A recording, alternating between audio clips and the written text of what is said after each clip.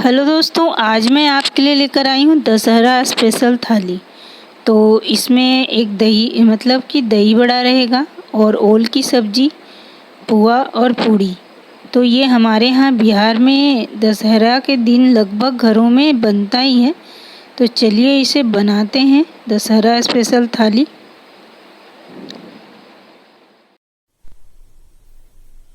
और दही बड़ा बनाने के लिए आज मैं उड़द दाल से दही बड़ा बनाऊंगी। तो उड़द का दाल 1 घंटे में बहुत अच्छे से भीग जाता है। आप देख रहे हैं ये फूल चुका है। ये 250 ग्राम के आसपास उड़द का दाल है। और पहले दाल को अच्छे से घस के यानी मसल के धो दीजिए, रगड़ रगड़ के, और उस पानी को फेंक दीजिए और फ्रेश पानी डाल करके तब दाल को भिगाइए और उसी पानी को पीसने में यूज़ कीजिए। जैसे कि ये मैं यहाँ पे पानी को, वही पानी है जो भिगाया हुआ है। और दाल अलग निकाल लीजिए पहले और फिर से पानी को दूसरे बर्तन में निकालिए। तो आपको नीचे थोड़ा रेती वगैरह मिलेगा, क्योंकि दाल में चिपका हुआ रहता है धूल, वो रेती के जैसा एकदम बारीक सा रहता है। अगर आप उसको नहीं निकालते हैं तो उसकी वजह से जो हमारा वड़ा है वो कभी कभी किरकिरा हो जाता है। हमेशा नहीं होता पर कभी कभार हो जाता है, तो हमें पता ही नहीं चलता किस वजह से हो गया। तो यहाँ पे उसी तरह से मैं दाल को भिगा के निकाल ली हूँ। 1 घंटे में दाल भीग चुका है, ज़्यादा दाल भिगाना नहीं है। और ये है पानी, तो इससे ही इसे हम पीस लेते हैं। और इस तरह का हमें बिल्कुल उड़द का दाल पिसा हुआ चाहिए, मक्खन की तरह। और आप देख रहे हैं थोड़ा इस तरह से गाढ़ा भी चाहिए। तो इसे हम क्या करेंगे, 3-4 घंटे के लिए खमीर आने के लिए छोड़ देंगे।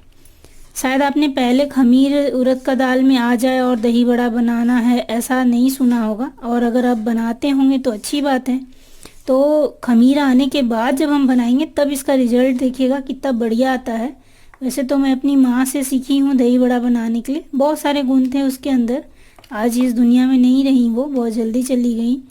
तो लेकिन वो भी जब दाल को पीस के खूब फेंटा करती थी, मतलब ज़्यादातर लोग ऐसे फेंट के ही बनाते हैं, पर ये मेरा ट्रिक है, मैं इसे खमीर आने देती हूँ फिर बनाती हूँ। तो फेंटने का मेहनत भी नहीं लगता है और दही बड़ा जो बनता है बहुत बढ़िया बनता है। तो इसे हम एक दूसरे बर्तन में, ताकि जब खमीर आएगा तो उसे स्पेस चाहिए, पलट करके और 3-4 घंटे के लिए छोड़ देंगे। और इस तरह से जब हम इसे छोड़ देते हैं खमीर आने के लिए, तो आप देख लीजिए कितना बढ़िया खमीर आया है। तो इसमें अभी हम नमक डाल करके अच्छे से मिलाएंगे, स्वादानुसार नमक। और यहाँ पे अदरक और मिर्ची दरदरा किया हुआ है, थोड़ा सा दही बड़ा में डालने के बाद बढ़िया टेस्ट आता है। और हल्का सा काला नमक डाल देंगे।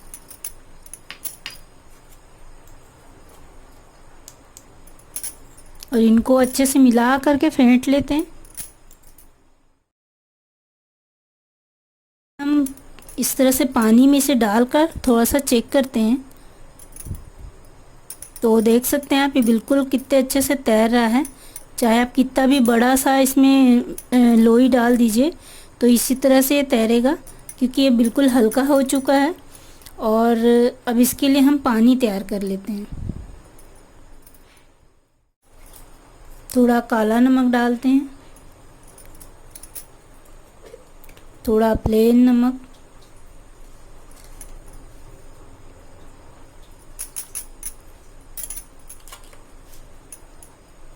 और यहाँ पे धनिया जीरा का पाउडर, और ये थोड़ा सा हरा धनिया का पाउडर है यानी सुखाया हुआ है। तो इनको मिला करके दही जब बड़े बनाएंगे तो डुबोने के लिए हमें चाहिए थोड़ा सा दही, यानी ज़्यादा नहीं, यहाँ पे 2 चम्मच दही ही डालेंगे। और इनको अच्छे से मिला देंगे, ताकि जब बड़े बनाएं तो सिर्फ अगर प्लेन पानी में आप डुबाते हैं तो वो अजीब सा पानी पानी सा टेस्ट आता है। तो दही का पानी तैयार करने के बाद ही बड़े डुबाएंगे। और यहाँ पे कटोरी में थोड़ा सा जो दही तैयार करेंगे उसके लिए हमें चाहिए थोड़ा सा काला नमक और प्लेन नमक, अभी दही डाल लेते हैं, उसके बाद अगर और लगा तो डालेंगे प्लेन नमक। और यहाँ पे ये दही को अच्छे से फेंट के तैयार रखेंगे इस तरह से। थोड़ा सा दही और डाल देते हैं, नमक का ज़रूरत नहीं है। और इन्हें अच्छे से फेंट करके रख लेंगे। और तेल गर्म हो रहा है और हमें यहाँ क्या करना है, उड़द दाल को इस तरह से उठाना है थोड़ा, और इस तरह से हाथों पे घुमाते हुए बस ऐसे करके एक होल बनाना है और तेल में डाल देना है।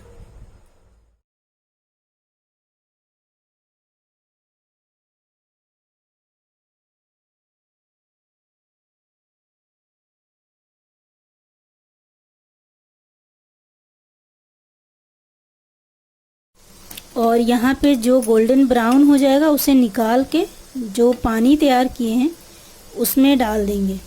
तो सबसे इजी होता है हाथ से ही आप बड़े डालिए, लेकिन थोड़ा सा टाइम लगेगा, शुरू में टेढ़ा मेढ़ा हो जाएगा, लेकिन बाद में क्योंकि आप किसी भी ट्रिक से डालेंगे तो हाथ लगाना ही पड़ता है। तो हाथ से फटाफट डालने के लिए अब सोचेंगे तुरंत से फटाफट डाले तो नहीं आएगा, धीरे धीरे डालते डालते सबसे आसान जो है वो हाथ से डालने में ही होता है। तो यहाँ पे तेल में से निकाल के पानी में डाल दे रहे हैं। इस तरह से उड़द दाल का जो दही बड़ा है तो भिगोने के बाद काफ़ी अच्छे से फूल चुका है।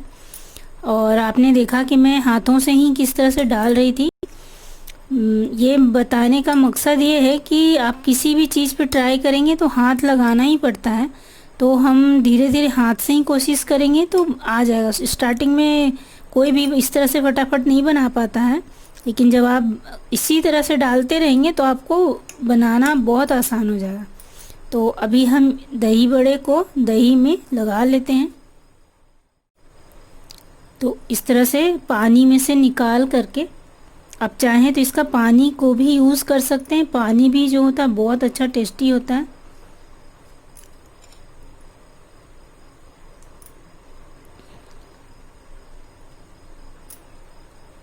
और सबसे पहले इसके ऊपर हम दही एकदम अच्छे से डाल देंगे।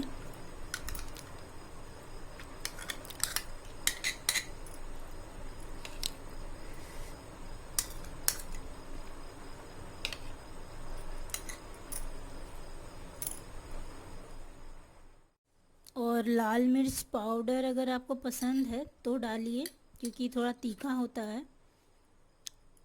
तो इसीलिए एक मैं बड़े का मसाला डाली हूँ, तो उसमें बहुत सिंपल सा मसाला डाली हूँ जिसमें कि मिर्च वगैरह आप बाद में यूज़ करके बड़े पे डाल सकते हैं। तो ये बड़े का मसाला बनाया हुआ है घर का, तो आप इसे बना कर रख सकते हैं। और ये धनिया जीरा का पाउडर है। और नमक डालने का ज़रूरत नहीं है क्योंकि मैं नमक डाल चुकी हूँ। और ये हरा धनिया का पाउडर है, तो इसे थोड़ा सा इंस्टेंट बनाया हुआ, ये भी घर पे बनाया हुआ है, इसका भी वीडियो है डला हुआ। और अगर सॉस पसंद है तो ये टमाटो सॉस है, तो इसे हल्का सा थोड़ा डालते हैं इस तरह से। और इस तरह से दही बड़ा बिल्कुल रेडी हो गया।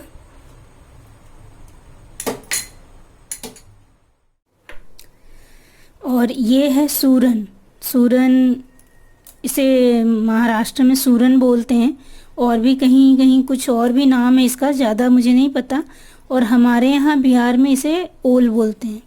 तो ये ओल की सब्ज़ी बनाने के लिए आपको ओल भी पहचानना होगा। ओल दो तरह का होता है, ये मद्रासी ओल है, तो इससे हाथों में खुजली नहीं आती ज़्यादा, लेकिन फिर भी यहाँ पे थोड़ा सा सरसों का तेल और नमक हाथ में लगा लेंगे। और जो खुजली आती है वो उसे देहाती ओल बोलते हैं। और ये देख रहे हैं आप, ये तो आधा केजी है इसलिए ये कटा हुआ है। ये बिल्कुल इसी तरह से राउंड शेप में रहेगा और कलर इसका बिल्कुल लाइट पिंक रहेगा। जब इसे छीलेंगे तो और लाइट दिखेगा ये। और जो देहाती ओल होता है वो डार्क पिंक होता है, जिससे कि मतलब मुझे भी पहले समझ में नहीं आता था, लेकिन अब समझ में आता है। वो देखने से ही पता चल जाता है। और उसका शेप गोल नहीं रहेगा, थोड़ा सा टेढ़ा मेढ़ा भी रहता है, ऐसा ऊंचा सा रहता है। तो वो आप जब सब्जी लेंगे तो उनको ही पूछ लीजिएगा, वो सही सही बता देंगे अगर नहीं पहचान में आता है तो उसे बनाने के लिए थोड़ा सा क्या हाथों में या तो पॉलीथीन पहन लीजिए या आपके पास ग्लव्स है तो वो पहन करके तब इसे छीलना रहता है और तब जाके पीस पीस हमें काटना है। और ये वाला ओल थोड़ा टेस्ट कम होता है पर खुजली नहीं आता है, और उसमें टेस्ट ज़्यादा होता है पर उसमें खुजली आता है। और इसके लिए हम मसाले देख लेते हैं। तो यहाँ पे ली हूँ मैं पीला सरसों, इससे ओल बहुत अच्छा बनता है। थोड़ा सा खड़ा धनिया और लाल हरी मिर्च, 3 मिर्च है, आप अपने हिसाब से मिर्च लीजिएगा, अगर ज़्यादा तीखा खाते हैं तो बढ़ा सकते हैं। और यहाँ पे लहसुन, और सरसों के साथ अदरक डालने से टेस्ट अच्छा नहीं आता है, थोड़ा सा कड़वापन आता है, इसलिए सरसों के साथ अदरक नहीं डालेंगे हम। और लूँगी यहाँ सूखे मसाले, हल्दी है, थोड़ा सा काला नमक है, तो नमक डालते समय ध्यान रखेंगे। हालांकि नमक, काला नमक का नमक जो होता है यानी नमकीनपन कम होता है, टेस्टी होता है ये। और लाल मिर्च का पाउडर भी मैं थोड़ा सा ली हूँ अपने स्वाद के अनुसार, और इसे भी कम ज़्यादा कर सकते हैं। और ये है गोल मिर्च यानी काली मिर्च, तो इसे भी थोड़ा ही लेना है। ये भी अगर आप ज़्यादा डाल देंगे तो फिर गले में तीखा ज़्यादा लगता है। और ये है जीरा का पाउडर और थोड़ा सा हींग। और यहाँ पे फिर इनको टमाटर को, 2 टमाटर है, इनको हम पीस लेंगे। पीसने के बाद इसे हम इसके साथ मिला करके छोड़ देंगे। और अगर ये सरसों आप नहीं, मतलब ये सरसों नहीं हो, ये सरसों मीठा रहता है, एक सरसों जो होता है थोड़ा सा दाना बड़ा रहता है पर कड़वा लगता है, उससे सब्जी बनाने से पूरा सब्जी जो है कड़वा हो जाता है। तो आप इसके जगह पे ये सेंगदाना ले सकते हैं। और तब जब सेंगदाना आप लेंगे तो अदरक ज़रूर डाल दीजिएगा पीसते वक्त। तो इनको भी अलग से हम पीस लेंगे। और यहाँ पे थोड़ा सा नमक और सरसों का तेल, यानी कोई भी सरसों का तेल ले लीजिए या फिर कोई और तेल है तो वो भी चलेगा। ऐसे हाथों में पहले लगा लेना है ऐसे। ये कोई कोई रहता है जो खुजली करता है, और इसे इस तरह से हमें छील लेना है। ये देखिए, ये थोड़ा सा पिंक है पर वो ज़्यादा डार्क पिंक रहता है। वैसे ये नीचे का भी पूरा सूखा हुआ है, बहुत अच्छा फ्रेश नहीं है ओल। जब फ्रेश ओल रहेगा तो ये बिल्कुल इस तरह से छिल जाएगा। और इसे हमें अच्छे से पूरा छील लेना है। और इसके मैं छोटे छोटे पीस में कट कर देती हूँ इसे।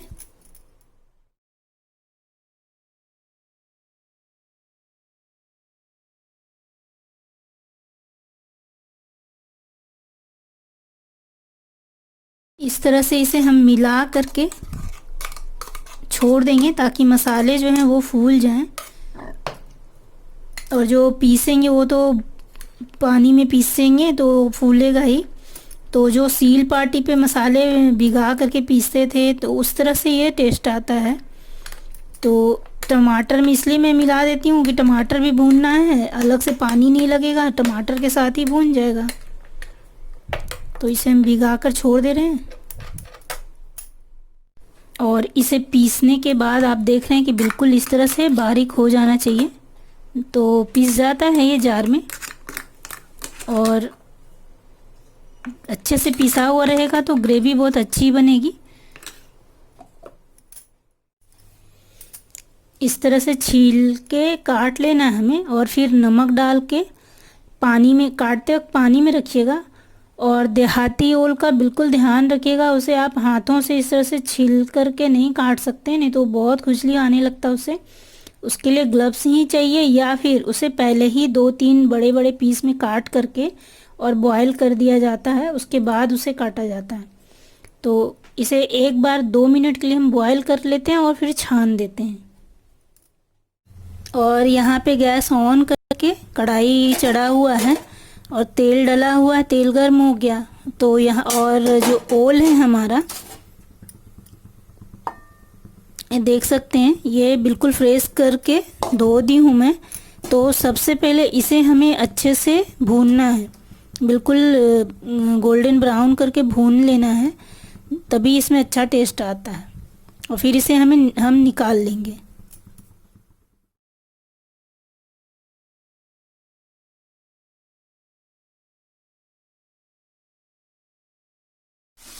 और इसे इसी तरह से भूनना है, हमें बिल्कुल रोस्ट कर देना है। और अब गैस बंद करके और इसे हम निकाल लेंगे और फिर मसाले भूनेंगे। और यहाँ पे ये जो हल्दी मिला हुआ है मसाला उसमें और टमाटर के साथ पूरा मिक्स किया हुआ है, तो इसे हम पहले डाल देते हैं क्योंकि इसमें हल्दी है। और ओल में थोड़ा तेल ज़्यादा लगता है, तो यहाँ पे आप देख रहे हैं कि तेल है। भूनने के लिए थोड़ा तेल चाहिए, तो ये इतना तेल में हम भून करके इसे रेडी करेंगे। और जो मसाला सरसों का है इसे पहले भून लेते हैं, फिर उसे डालेंगे। और अभी ये सरसों और मिर्ची, लहसुन, धनिया था उसे, और गैस को सिम करके आराम से इसे धीरे धीरे भून लेंगे।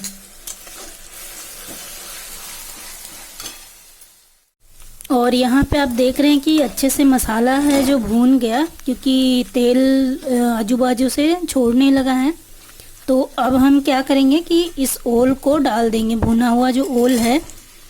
और पहले पानी डालेंगे, फिर स्वाद अनुसार नमक डालेंगे। एक दो बार मिला देते हैं।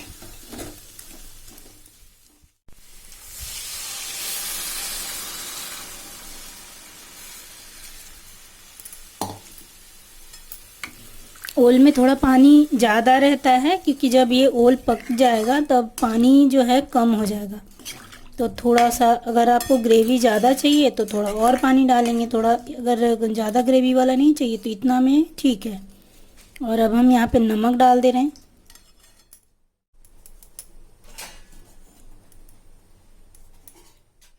और इसे अच्छे से बॉयल होने देते हैं। जो ओल है वैसे तो भूनते भूनते ही पक जाता है, लेकिन थोड़ा जब ये पानी सोख लेगा तो अच्छे से फूल जाएगा और अच्छे से सॉफ्ट हो जाएगा। इस तरह से ओल की सब्ज़ी तैयार हो गई और पक गया है बिल्कुल। ये थोड़ा गर्म है, ये देखिए।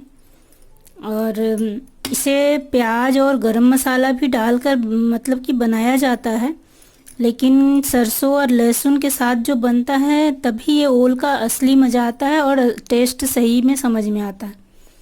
तो आप एक बार इस तरीके से ज़रूर ओल बनाइएगा। इसे पहले हम सर्व कर लेते हैं। सरसों को थोड़ा भूनने के लिए तेल लगता है, इसलिए आपको ये तेल दिख रहा है। थोड़ा तेल ओल में तेल लगता ही है। और एक बार इसे सरसों और लहसुन के साथ ज़रूर ट्राई कीजिएगा। तो इस तरह से एक बार ओल ज़रूर बनाइएगा और खा करके तब आपको समझ में आएगा कि रियल में टेस्ट इसका अच्छा है या नहीं है। पुआ बनाने के लिए हमें 2 कटोरी मैदा लेना है, यानी कि मैं मैदा से पुआ बना रही हूँ। आटे से भी बनता है, रवे से भी बनता है। तो यहाँ पे 1 कटोरी इसमें है और 1 कटोरी यहाँ पे है।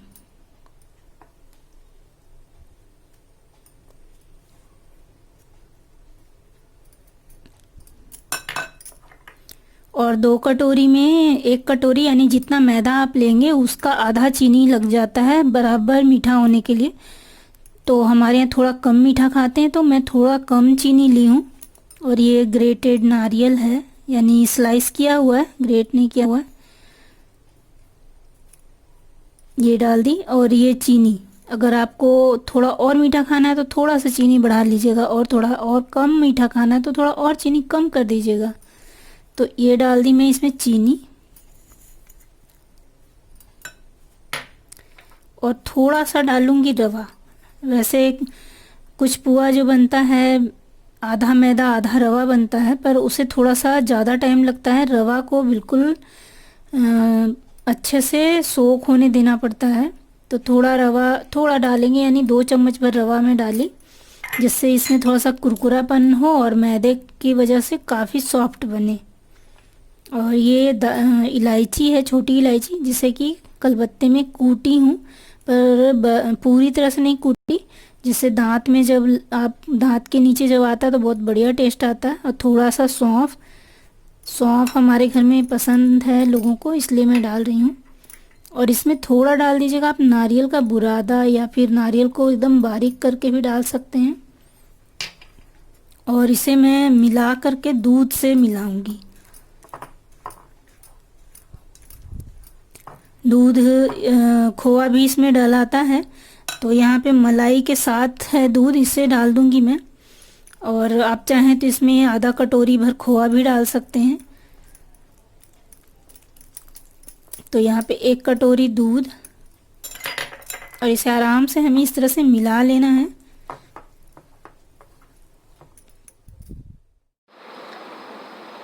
और यहाँ पे 1 कटोरी दूध मैं पहले डाली और 1 कटोरी दूध मैं और डाली, उसी कटोरी से डालना है।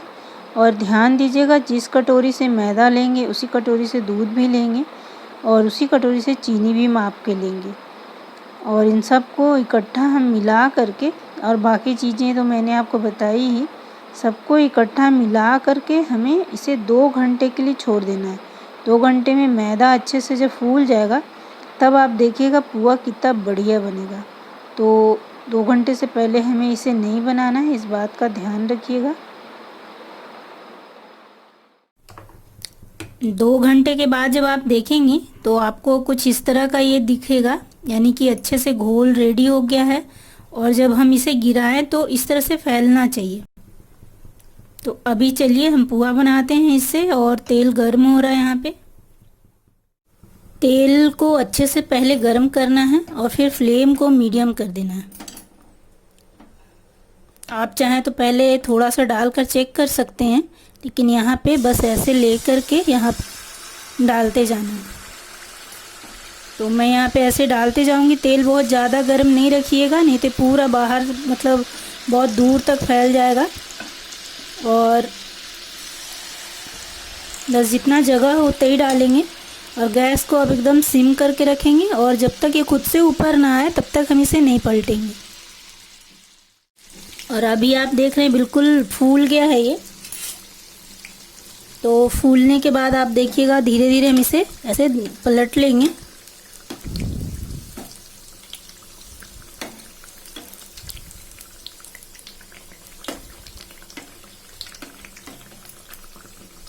और अब गैस को थोड़ा हम तेज कर देंगे। जब उस साइड से भी थोड़ा सिकाई हो जाए तब फिर से गैस को कम करेंगे, और कम गैस में धीरे धीरे इसे हम पका लेंगे। अब इसे हम निकाल लेते हैं, क्योंकि बिल्कुल अच्छे से गोल्डन ब्राउन हो चुका है ये। तो थोड़ा तेल को इस तरह से निकालते हुए और इसे हटा लेंगे।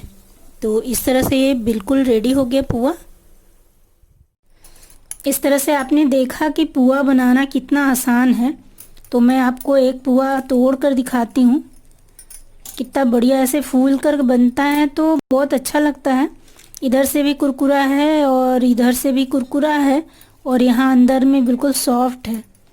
तो इस तरह से आप अपने घर पे पुआ बनाइए। परफेक्ट पूड़ी बनाने के लिए यहाँ पे मैं इस कटोरी से 1 कटोरी आटा इसमें डालकर रखी हूँ, और ये 1 कटोरी और है। तो इसमें नमक जो है, अगर आप नमक पसंद करते हो तो डालिए, नहीं तो नहीं डालिएगा। तो मैं हल्का सा नमक डाल दूँगी। और थोड़ा सा इसमें डालना है रिफाइन तेल। आप चाहें तो घी भी डाल सकते हैं।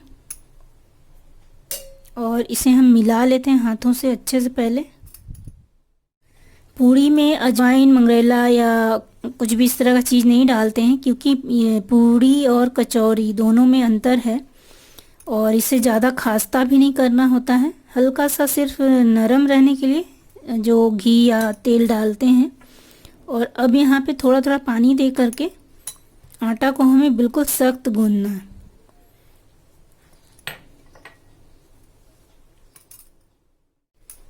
कुछ इस तरह से देखिए ये आना चाहिए, मतलब इस तरह से ना तो बहुत भी कड़ा नहीं, पर कड़ा रहता है।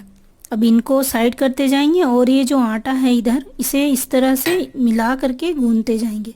पानी थोड़ा थोड़ा देना है, नहीं तो गीला हो जाएगा ये, तो फिर दिक्कत होगा। और ये पूरा आटा जो है गूंद गया है। और आप देख रहे हैं कि जब आप इसे दबाएंगे तो थोड़ा सा ताकत लगा करके दबाना पड़ता है। बस ऐसा आटा होना चाहिए पूरी के लिए। और इसे भी हम आधा घंटा पौन घंटा के लिए छोड़ देंगे, थोड़ा सा आटा सॉफ्ट हो जाएगा रखने से। और फिर से एक बार इसे अच्छे से मिला करके फिर इससे पूड़ी बनाएंगे। पहले पूड़ी की लोई बनाएंगे या फिर पूड़ी बनाएंगे। तो ढक कर के रख दे रहे हैं इसे।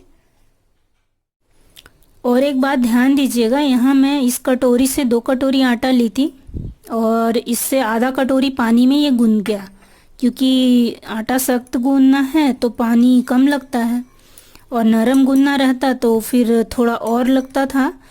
और इससे पहले भी मैं एक रोटी पूड़ी का नहीं, रोटी और पराठे का वीडियो डाली हूँ, जिसमें बराबर परफेक्ट मात्रा में पानी और आटा कितना लेना है वो बता करके मैं गूंदी हूँ आटा। तो रोटी के लिए थोड़ा अलग होता है, पूड़ी के लिए थोड़ा सा अलग हो जाता है। कचौरी में भी हम इतना ही कड़ा आटा गूंदेंगे, लेकिन उसको थोड़ा मोयन वगैरह ज़्यादा पड़ता है, अजवाइन वगैरह डालना पड़ता है, तो वो अलग हो गया, ये थोड़ा अलग हो गया। और आधा घंटा रखने के बाद हाथ में थोड़ा तेल लीजिएगा और फिर से इसे अच्छे से मिला दीजिएगा, तो थोड़ा और अच्छे से सॉफ्ट हो जाएगा और मिक्स हो जाएगा। और जब तेल मिल जाएगा तब हम इसकी लोई काट लेते हैं और इसे पूड़ी बेल करके रख लेते हैं। लोई बड़ा छोटा जैसा भी हो आप अपने हिसाब से काटिए। मीडियम साइज का बनाएंगे लोई तो पूड़ी देखने में भी अच्छा दिखता है, तो इतना बड़ा बड़ा पूड़ी बना लेते हैं। और यहाँ पे जब लोई को हम गोल कर लेंगे तो थोड़ा सा तेल लगा करके और इसे बेल लेना। बेलने के लिए पूड़ी को आप आराम से इसे घुमा घुमा कर बेलते जाइए, बराबर वो गोल साइज में आ जाता है। अगर आप पहली बार बना रहे हैं तो इस तरह से हाथों से थोड़ा सा ऐसे ऐसे कर देंगे तो गोल हो जाता है, और बनाते बनाते आ जाता बनाना। इस तरह से हम पूड़ियों को बेल लेते हैं। और यहाँ पे तेल गरम करने के लिए मैं रखी हूँ, तो एक छोटा सा टुकड़ा डालकर देखेंगे। आप देख रहे हैं कितने अच्छे से ऊपर आ गया, यानी कि तेल अच्छे से गर्म हो गया। तो अब हम एक एक करके पूड़ी को तलते जाते हैं और साइड से हमें धीरे से इसे छोड़ना है और एक बार ऐसे घुमा करके आराम से पलट देना है। तो आप देखें कितने अच्छे से पूड़ी जो है फूल जाता है। तेल थोड़ा सा तेज गरम रखिएगा तब अच्छे से कलर जो है गोल्डन ब्राउन आ जाएगा, और बस हमें निकाल लेना है। तो इस तरह से दशहरा स्पेशल थाली तैयार हो गया, जिसमें कि ओल की सब्जी, पूड़ी, पुआ और दही बड़ा है। तो हमारे यहाँ बिहार में लगभग घरों में इतना चीज़ तो बनता ही बनता है। इसके अलावा और भी कुछ बनने, जैसे गुलाब जामुन हो गया, दुस्का हो गया, तो वो एक्स्ट्रा अलग बन गया तो ठीक है, पर इतना चीज़ ज़रूर बनता है। तो इसे आप इंजॉय कीजिए और जो भी अच्छा लगे उसे बनाइए और खाइए। और अगर मेरा ये वीडियो आपको अच्छा लगा तो लाइक कीजिए और दोस्तों को शेयर कीजिए और मेरे चैनल को सब्सक्राइब कीजिए। Thank you.